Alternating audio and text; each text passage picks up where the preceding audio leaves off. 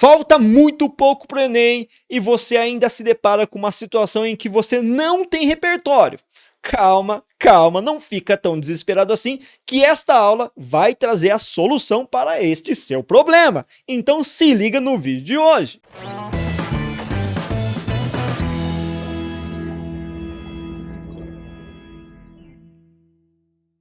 Fala, gente linda! Beleza? Japa da redação aqui, sempre trazendo conteúdo de muita qualidade para você. E no vídeo de hoje eu trouxe aqui uma compilação de 20 citações que você pode utilizar nos mais diversos temas de acordo com os chamados eixos temáticos. Só que antes de ir para o mérito desse conteúdo propriamente, quero pedir aquela gentileza de sempre. Curta esse vídeo, compartilhe o nosso conteúdo, afinal de contas dessa forma o YouTube entende que o nosso canal é relevante e você dá aquela força que a gente tanto está precisando neste final de ano. Além disso, você pode fazer o seguinte também, se não é inscrito no nosso canal, vai lá, se inscreve e ativa o sininho de notificações. Vale lembrar que nesse mês de outubro que antecede ao Enem, nós estamos fazendo uma força-tarefa para produzir muito conteúdo para te ajudar para essa prova. Além do que, são 2 vídeos por semana. Dito isso, a gente pode ir para o nosso conteúdo propriamente. Mas claro que antes de ir para o mérito dessas 20 citações, a gente tem que entender muito bem como elas funcionam na inserção do seu texto. E para isso eu quero esclarecer inicialmente que existem 2 tipos básicos de citação que você pode fazer numa redação. A chamada citação direta e a citação indireta. E as duas são muito bem vistas no exame vestibular. Quando eu tenho uma citação direta, toda vez que eu tiver uma fala de um autor, entre aspas, em que eu recorto de fato aquilo que ele disse. Já na citação indireta, eu tenho uma situação em que eu parafraseio. É aquela célebre situação em que eu não me recordo exatamente das palavras desse cara, mas eu quero colocar ainda assim a informação que ele trouxe que é extremamente relevante para aquele tema. Então eu parafraseio, eu reconstruo com as minhas palavras aqueles dizeres. Só que toma cuidado para não modificar o sentido original daquele texto. Além disso, a citação pode ser utilizada no seu texto dissertativo em 2 momentos apenas, tá? Quando você vai fazer a sua introdução e quando você vai elaborar o seu desenvolvimento. Nada de ficar enfiando uma citação na sua conclusão, ok? Pô, professor, mas como que eu faço então para fazer uma boa citação? Qual a sequência que eu tenho que dar aos elementos que compõem uma boa citação? Calma que eu já vou te explicar bonitinho, tintim por tintim. Toda vez que eu tiver uma citação tanto direta quanto indireta, eu tenho que obedecer a uma sequência de informações, a uma estrutura. Editor, sobe para mim. Primeira coisa que você tem que fazer, de acordo com essas orientações que eu tô dando para vocês aqui, é mencionar o autor. É óbvio que eu tenho que mencionar esse autor, né? E não fique preocupado se o autor for estrangeiro e você não lembrar exatamente como escreve o nome inteiro desse cara, tá? Às vezes eu me confundo mesmo quando eu vou escrever Zygmunt Bauman, etc, né? Então, se você tiver dificuldade, não tem importância, porque nem não desconta ponto de nome estrangeiro escrito de maneira incorreta. Feito a citação do nome do autor, você vai seguir com uma referência desse autor. Quem que ele foi? Um filósofo, sociólogo, um intelectual que está nativo ainda, falecido há muito tempo, algumas informações que deem a esse autor um certo grau de notoriedade, de relevância, de importância. Depois que você fez isso, você pode citar o nome da obra de onde veio essa citação. Só que, claro, se você não lembrar o nome da obra, é melhor nem colocar mesmo. Afinal de contas, isso não vai fazer a diferença na sua citação. E por último, quarto, você vai fazer a citação propriamente, não podemos esquecer dela, que é um dos elementos principais. Agora, vou te ensinar como faz uma boa citação na introdução. Dá uma olhadinha neste modelo, editor, sobe para mim. Veja que eu estou trabalhando com um tema aqui da questão que envolve o analfabetismo, tá? A evasão escolar. Bora lá. Perceba que eu estou colocando a citação e as referências do autor no primeiro período, isso mesmo. Toda vez que eu for utilizar uma citação na introdução, eu sempre coloco no primeiro período. Começo com essa citação. Veja comigo. Segundo Nelson Mandela, ex-presidente da África do Sul, a educação é a arma mais poderosa que você pode usar para mudar o mundo.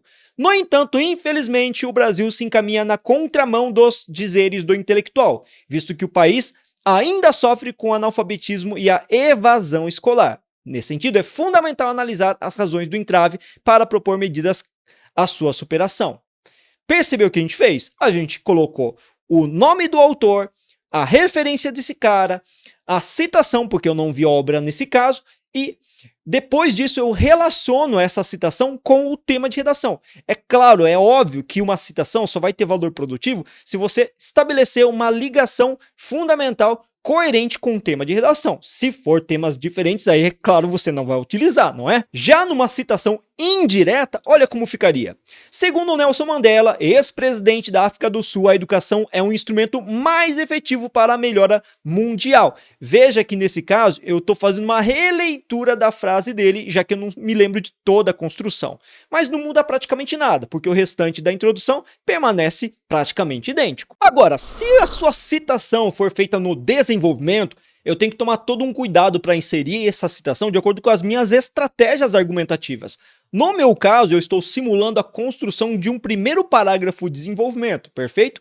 Em que eu dividi o meu parágrafo bonitinho, em que o primeiro período ele vai ser o meu tópico frasal e o segundo vai ser responsável por inserir essa citação.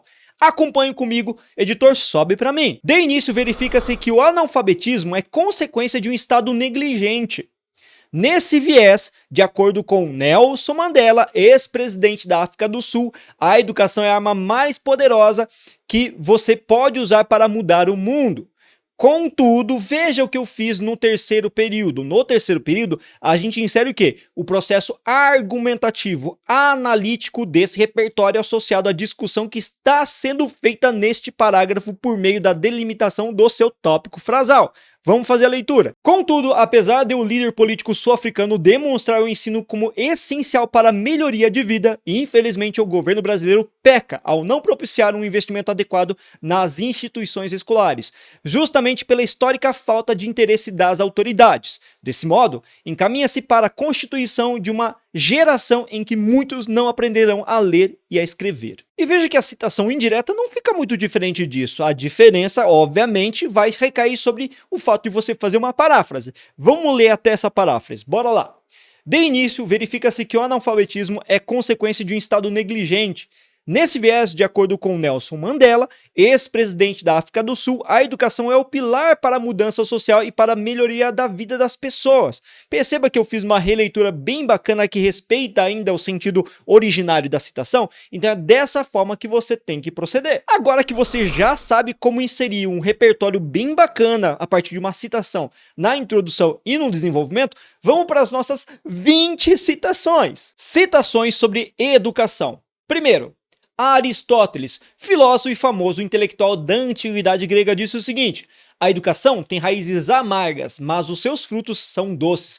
Veja que é um repertório bem interessante para você iniciar lá na introdução o seu texto acerca do assunto sobre a relevância da educação brasileira. Número 2, Pitágoras, filósofo pré-socrático e famoso matemático da antiguidade. Ele diz o seguinte: educar as crianças e não será preciso punir os homens. Cara, é fantástico isso, porque ele enxerga naquela época que a base para a educação, para formação moral da sociedade é a educação, que a educação funciona como um pilar sustentatório de toda a construção cidadã. Número 3, Immanuel Kant, renomado filósofo da modernidade. Ele diz o seguinte sobre a educação: o ser humano é aquilo que a educação faz dele. Também uma citação bem célebre que diz muito bem que nós todos somos construídos a partir de uma educação. Se nós tivermos uma educação que regule as nossas condutas morais e que fazem com que nós sejamos pessoas melhores, certamente a sociedade também vai evoluir. Fantástico, porque ele diz que tudo também perpassa pela educação. Número 4, não poderia deixar de faltar no campo da educação Paulo Freire, educador, pedagogo, muito influente e maior figura dentro da educação brasileira. Ele diz o seguinte, olha que da hora: se a educação sozinha não transforma a sociedade, sem ela, tampouco a sociedade muda. Ou seja, a educação é fundamental para que uma mudança da sociedade possa ser empreendida para melhor. Em linhas gerais, esses filósofos todos, esses pensadores todos, falam da importância da relevância da base educacional. Na sequência, os nossos próximos 4 repertórios ou citações vão falar sobre inclusão e tolerância. Bem bacana, que também é uma aposta forte para o tema de redação Enem 2023. Quinta citação, da Helen Keller, escritora e ativista social pela defesa das pessoas com deficiência. Inclusive, ela tem história de vida muito bonito, que ela superou a surdez e a mudez e se tornou uma das referências mais célebres no campo da luta a favor da educação inclusiva para pessoas com deficiência. E olha só o que ela fala: o resultado mais sublime da educação é a tolerância. Ou seja, a tolerância é um fruto de uma educação de qualidade. A tolerância é fundamental para gerir uma sociedade harmônica, mas para isso acontecer, eu preciso de uma formação educacional inclusiva também. Número 6, eu trouxe Augusto Cury, um psiquiatra brasileiro e escritor extremamente bem-sucedido. Ele diz o seguinte: a sabedoria superior tolera, a inferior julga, a superior perdoa, a inferior condena. A sabedoria superior tolera, a tolerância nasce do conhecimento. A tolerância nasce de uma mente aberta, livre de qualquer amarra de preconceito. Olha que daorinha essa frase. Número 7, eu trouxe uma figura bem conhecida de todos vocês. Falo aqui de Platão, filósofo pré-socrático, uma figura referenciada da nossa história da filosofia. Ele diz o seguinte: o mais alto nível da educação é a tolerância. Veja que parece muito com o que a Helen Keller disse. Ou seja, esses intelectuais todos pensam que a educação é fundamental realmente para formar uma sociedade mais tolerante, respeitosa e zelosa. Número 8, novamente Paulo Freire aí, correspondendo a uma figura muito representativa da nossa sociedade, intelectual ativo em vários campos. Olha o que ele vai dizer: a inclusão acontece quando se aprende com as diferenças e não com as igualdades. Veja que é uma crítica severa ao ensino tradicional, que isola, que segrega o diferente, que não quer incluir as pessoas. E esse é um pensamento que prepondera até hoje na conjuntura brasileira, que quer que as pessoas que tenham algum tipo de neurodiversidade, por exemplo, sejam excluídas das salas de aulas convencionais. Na sequência, eu trouxe para vocês citações acerca de um outro tema muito relevante, que é o racismo. Citação número 9, eu trouxe aqui uma fala de Bob Marley numa música que ele compôs, um músico jamaicano muito influente no reggae e também por suas letras que levam mensagem de pacificação. Olha o que ele disse na música War: enquanto a cor da pele for mais importante que o brilho dos olhos, haverá guerra.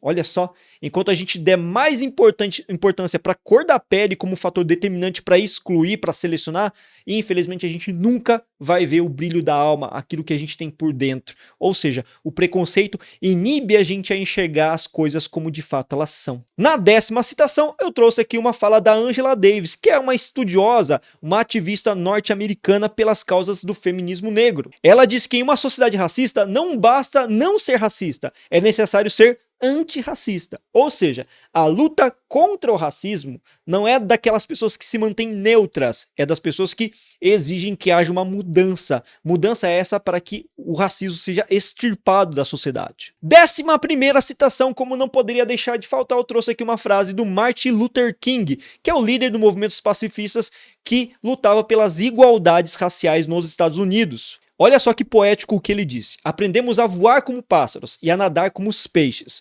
mas não aprendemos a conviver como irmãos. Veja, nós temos muitas potencialidades, muitas habilidades, muita capacidade para muita coisa, mas para aquilo que seria óbvio, a gente não realmente luta para ter ou não treina essa habilidade. 12ª citação, eu trouxe uma brasileira que é motivo de orgulho para muita gente. Falo aqui da filósofa e ativista feminista negra Djamila Ribeiro. Ela cita a seguinte frase: no Brasil há uma resistência em se discutir de fato o que é racismo. Essa frase para mim é muito reveladora. Por quê? Porque a gente parece ter receio de discutir o racismo. E uma das coisas que ela também diz em seus estudos é que quando um problema está invisível, a gente tem que torná-lo visível para discutir mesmo, porque quando ele é invisível a gente simplesmente ignora a existência desse problema. Então a gente precisa lutar primeiro para visibilizar o problema, para nomear as coisas e para depois fazer com que haja efetivamente uma luta contra o racismo no caso. Na sequência eu trouxe 4 citações acerca de meio ambiente.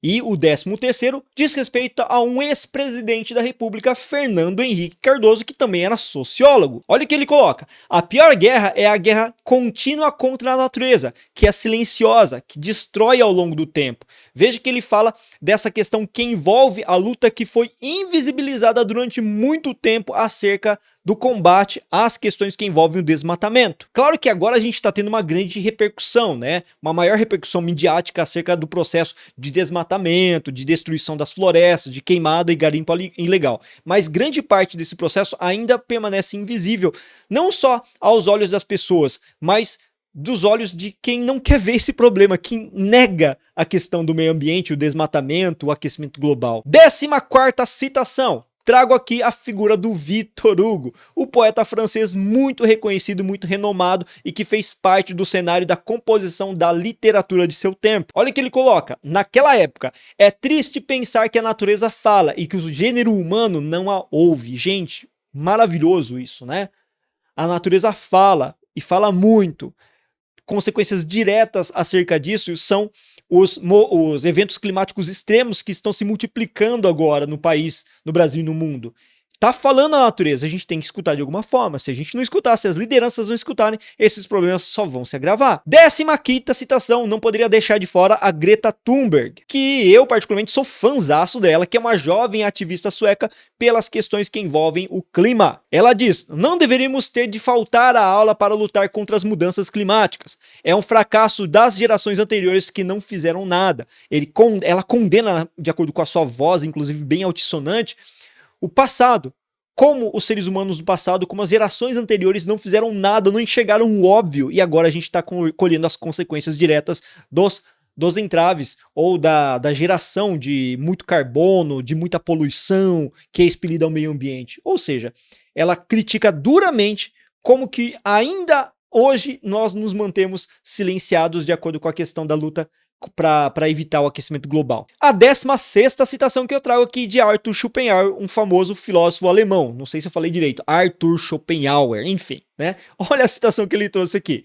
O homem fez da terra um inferno para os animais. Gente, apesar dele estar localizado tempos atrás, ele faz uma citação que remete justamente ao processo de destruição dado pela questão humana sobre o meio ambiente, sobre as questões que envolvem a caça, sobre as questões que envolvem principalmente o quê? A exploração dos animais para sua sobrevivência, seja por meio da caça, seja por meio da alimentação, entre outros fatores. Então ele já previa naquela época como o homem é cruel com os animais. Chegamos finalmente às 4 últimas citações que eu quero mostrar para vocês, e dessa vez que abordam um cenário bem sensível, que é uma aposta muito forte pro Enem deste ano, mas fortíssima mesmo, que é a questão da... antes de comentar sobre esse assunto, quero perguntar para vocês, e aí, vocês estão escrevendo? Vocês estão estudando? Cara, falta muito pouco, vocês não podem perder tempo, vocês não podem bobear. Se vocês ainda estão tendo dificuldade para escrever redação, faz o seguinte, acessa Corrija-me pelo link que está na descrição desse vídeo. Dessa forma você escolhe um plano bem bacana que caiba no seu bolso para treinar redação, porque ainda dá tempo. Nós temos profissionais capacitados, gabaritados, que vão ajudar você a desenvolver melhor a redação. Então, se você ainda está com essa expectativa, se você quer melhorar a sua nota, vai lá e clica no link que está na descrição desse vídeo. Feito isso, vamos agora para a reta final dessa aula com os 4 últimos elementos, 4 últimos repertórios ou citações. Veja que agora a gente vai abordar um tema que é muito sensível e que pode sim, é uma aposta muito forte, que é a tecnologia. Óbvio que eu estou falando de tecnologia porque nunca se falou tanto também em inteligência artificial. A 17ª citação que eu trago aqui é de uma referência tecnológica, o Steve Jobs, que é empresário, fundador da Apple e uma das mais visionárias mentes no campo da tecnologia. E ele diz o seguinte, olha que citação célebre, é muito famosa inclusive, né? A tecnologia move o mundo, dizendo ou colocando uma situação a respeito da atual conjuntura, em que a tecnologia é fundamental para fazer com que o mundo opere transformações. E é interessante que essa citação não remete a um recorte para o bem ou para o mal, para um aspecto positivo ou negativo, simplesmente que a tecnologia é um fator determinante hoje para que o mundo se mobilize economicamente, socialmente, entre tantos campos. 18ª citação, trago aqui um físico muito famoso, o Albert Einstein. E não estou falando de um físico atlético, não. Estou falando de uma mente extremamente pensante. E ele disse, se tornou aparentemente óbvio que a nossa tecnologia excedeu a nossa humanidade. Tudo bem que essa citação faz alusão, aparentemente, a um cenário de descrédito da tecnologia, que os avanços levaram a uma condição de questionamento sobre a validade da tecnologia e os medos que nós temos em relação aos avanços tecnológicos todos, que pode ser associado principalmente à questão da inteligência artificial e os nossos temores em relação à utilização dessas novas ferramentas. E a 19ª citação é do intelectual, historiador, escritor contemporâneo Yuval Noah Harari, que disse o seguinte, a manipulação dos dados na internet é agora uma das principais ameaças à democracia, Por quê? Gente, ele tá vendo o recorte e a situação da atual conjuntura, de como nós temos um cenário marcado pelas redes sociais, pelos aplicativos, por várias ferramentas de internet que potencializam principalmente a disseminação de fake news e a formação de grupos de ódio, de polarização cada vez mais frequente que ameaçam, sim, significativamente o cenário do Estado Democrático de Direito em diversos países. E 20ª e última, pra gente acabar, eu trouxe aqui até uma citação muito polêmica de Umberto Eco, que é o famoso professor, escritor e filósofo italiano que disse o seguinte em 2015, se não me engano, olha só a polêmica. A internet deu voz aos imbecis. Poxa, professor, é meio polêmica essa frase. Sim, é muito polêmica, mas ele se referia especificamente ao fato que nós temos um cenário cada vez marcado por um protagonismo de pessoas que são necessariamente não têm, aliás, conhecimento e que vão disseminando notícias falsas, notícias pouco verídicas, notícias que são infundadas. Ou seja, agora todo mundo tem protagonismo de disseminar sua opinião, mas isso não quer dizer necessariamente que é uma coisa boa, né? E por isso que ele fala que a internet deu voz também aos imbecis. Gente linda do meu coração, chegamos finalmente ao final dessa aula e espero que essas 20 citações possam servir muito utilmente para os seus estudos para o Enem 2023. Mas antes de encerrar esse conteúdo, e você? Tem uma citação que você usa constantemente na sua redação? Faz o seguinte, deixa nos comentários.